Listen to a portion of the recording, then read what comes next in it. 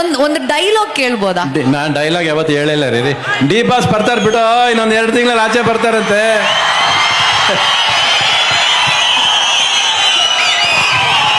ಈ ಬಾಯಲ್ಲಿ ಹೇಳಿದ್ದೀನಿ, ಬರ್ತಾರೆ, ನೆನಪಿಟ್ಗ.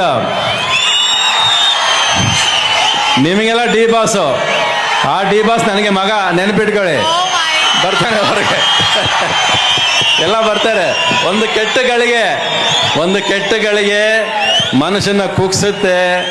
ಅಷ್ಟು ಆಳು ಕರ್ಕೊಂಡು ಕುಗ್ಗಿಸ್ಬೇಕಾದ್ರೆ ಯಾವತ್ತೋ ಒಂದ್ಸರಿ ಎಬ್ಬರಿಸ್ಲೇಬೇಕಾಗತ್ತೆ ಅಲ್ವಾ?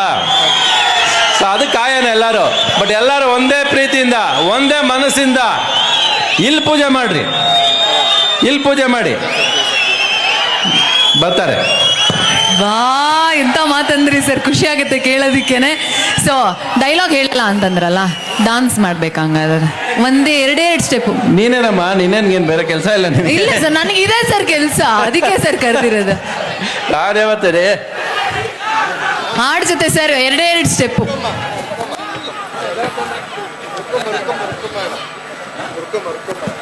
ಸರ್ ಅಷ್ಟು ಜನ ಹೀರೋಯಿನ್ ಜೊತೆ ಡಾನ್ಸ್ ಮಾಡಿದ್ರೆ ಒಂದು ಆಂಕರ್ ಜೊತೆ ಒಂದು ಡಾನ್ಸ್ ಮಾಡ್ಬೋದಲ್ಲ ಸರ್? ಎಲ್ರು ಡಾನ್ಸ್ ಬೇಕಾ ಬೇಡವಾ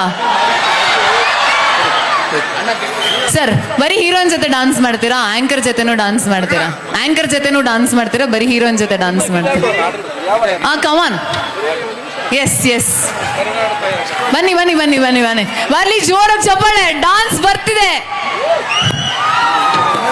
sir. Shoe sir crazy sir, ಶೂನು ಕ್ರೇಜಿ, ಸೂಪರ್ ಆಗಿದೆ. Okay ready, music please. Song ಯಾವ್ದು ಸರ್? ಕರುನಾಡೆನಾ? ಯಾವ ಸಾಂಗ್ ಅಣ್ಣ? ಯಾವ್ದಾರು ಮೈಕ್ ಕೊಡಿ ಸಿಂಗರ್ಸ್.